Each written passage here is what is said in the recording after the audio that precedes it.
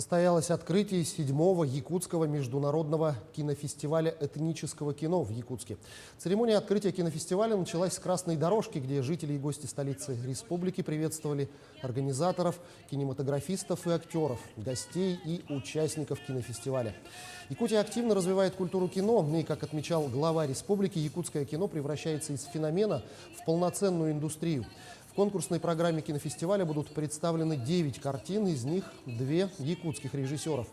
Победители получат традиционные призы фестиваля – золотые и серебряные снежные очки, символизирующие новый взгляд на искусство кино в современном мире.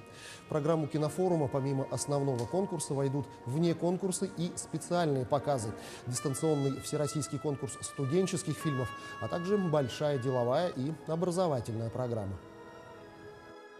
Наши зрители – это очень требовательные зрители, они достаточно такие профессиональные критики.